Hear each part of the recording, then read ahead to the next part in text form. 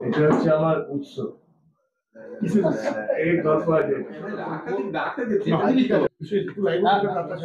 অন্যরকম এইরকম কোনো ব্যাপার নেই। নিশ্চয়ই দুদিন স্ট্রেসে ছিলাম, খুব খুব একটু শক ছিলাম। ওখান থেকে একটু রিল্যাক্স হয়েছে। আমি কি বলবো, সেটা তো নিশ্চিতভাবে সরিয়ে দিয়েছেন উনি নিজেই, আমি থোড়ে সরালাম। উনি তো আমার জোরে যদি আমি তো গেছিলাম এমন ভাবে, আমাকে কি বলা যায়, বেইজ্জত করা হলো। তো এটা আমি আশা করিনি যে আমাকে এইভাবে বেইজ্জত করা হবে। আমি কি করেছিলাম? আমি তো বলেছিলাম ব্যারাকপুরকে চুজ করেছিল। এখানকার মানুষ আমাকে ভোট দিয়ে জিতিয়েছিল। আমি ব্যারাকপুরই শুধু চেয়েছিলাম, কারণ ব্যারাকপুরের মানুষকে আমি চিনি, ব্যারাকপুরের মানুষ আমাকে চিনি। আজকে হঠাৎ আপনি বলে দেবেন কি আমি অমুক জায়গায় যাব, তমুক জায়গায় যাব, তারপরে এই সবটাই একটা মনে হলো কি একটা পুরোপুরি প্ল্যান ওয়েতে আমাকে ডিপ্রাইভ করে দেওয়া হলো, প্ল্যান ওয়েতে। দুদিন ধরে খুব শকটে ছিলাম, আজকে একটু ঘুমিয়েছি, ঠিকঠাক করবো কি করতে হবে না করতে হবে। সিদ্ধান্ত নিচ্ছেন? বিজেপিতে যাচ্ছে মানে এই মুহূর্তে সিদ্ধান্তর কথা আমি নিশ্চিতভাবে আপনাদেরকে কোনো সিদ্ধান্ত নিলে জানাবো।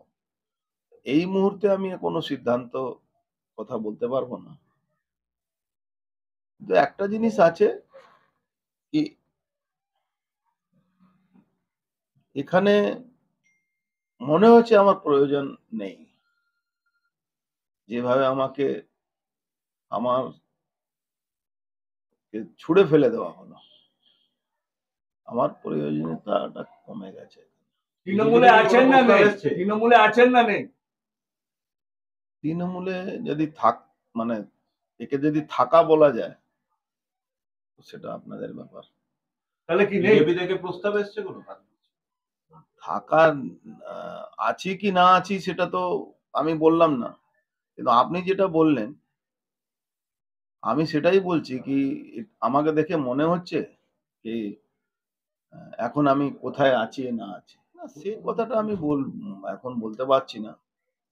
কিন্তু তৃণমূলের কাছে আমি আনওয়ান্টেড হয়ে গেছি, এটা মনে করছি আর তার প্রমাণও পেয়ে গেছি যে আমি আনওয়ান্টেড আছি। কিন্তু আমি ব্যারাকপুরের মানুষের কাছে ওয়ান্টেড আছি।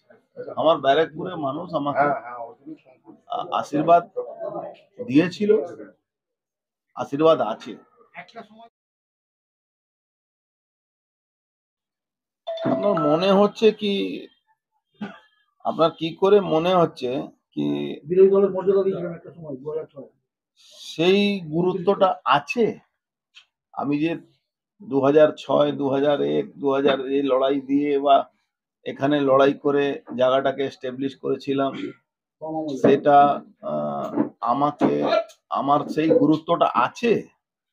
আমার মনে হচ্ছে তৃণমূল দলের আমার গুরুত্বটাই নেই। আর তৃণমূলে যারা কাজ করেছে পুরোনো জামানায় প্রায় সবাইকে এরকম বসিয়ে দেওয়া হয়েছে। সবাই বসে আছে, যারা অরিজিনাল তৃণমূল কর্মী যারা ছিল, যারা লড়াই করেছিল, তারা একটাও কর্মীকে আপনি পাবেন না। কি করে বলবো, আমরা তো জানি তৃণমূল দলের সবকিছু দিদি আছে। এবার হয়ে গেল তো আমার দুর্ভাগ্য, আমি সেই জায়গা নিজেকে পৌঁছাতে পারিনি। আপনার অবস্থান কি? আমার তো প্রায় সবাই বন্ধু বান্ধব আছে, না ফোন আসা না কথা বলার, তো বললে ঠিক হবে না। কেন বিজেপিতে যখন আমি ছিলাম, আমি একটা জিনিস সবসময় মার্ক করতাম, যখন সংসদের প্রত্যেক মঙ্গলবারে মিটিং হতো, সেখানে একটা কথা প্রধানমন্ত্রী মোদিজি বলতেন যে সম্পর্ক সবার সঙ্গে, প্রত্যেকটা সদস্যর সঙ্গে, লোকের সঙ্গে সম্পর্ক রাখাটাই উচিত, কারোর সঙ্গে সম্পর্ক খারাপ করাটা উচিত নয়। মানুষ বাঁচবে কতদিন? একটা মানুষ হয়তো খুব বেশি হলে 90 বছর, 92 বছর, 95 বছর, তার মধ্যে মানুষের সঙ্গে সম্পর্কটা খারাপ করবে কেন? কারো বিরুদ্ধে রাজনৈতিক লড়াই হতে পারে, কারো বিরুদ্ধে পার্সোনাল লড়াই তো কিছু নেই। তো আমি সেটাকে অনুসরণ করি। আমি কিন্তু কোনো পার্সোনাল লড়াই আজকেও নেই, কিন্তু আমি দুর্ভাগ্যশালী কি আমার 1.5 বছরটাকে 1.5 বছর আমার নষ্ট করা হলো। যেখানে আমি এলাম সেখানে তৃণমূল নষ্ট হলো। আমি যেদিন দলে আসি সেদিনই আমাকে বলা হয়েছিল কি আপনি টিকিট পাবেন।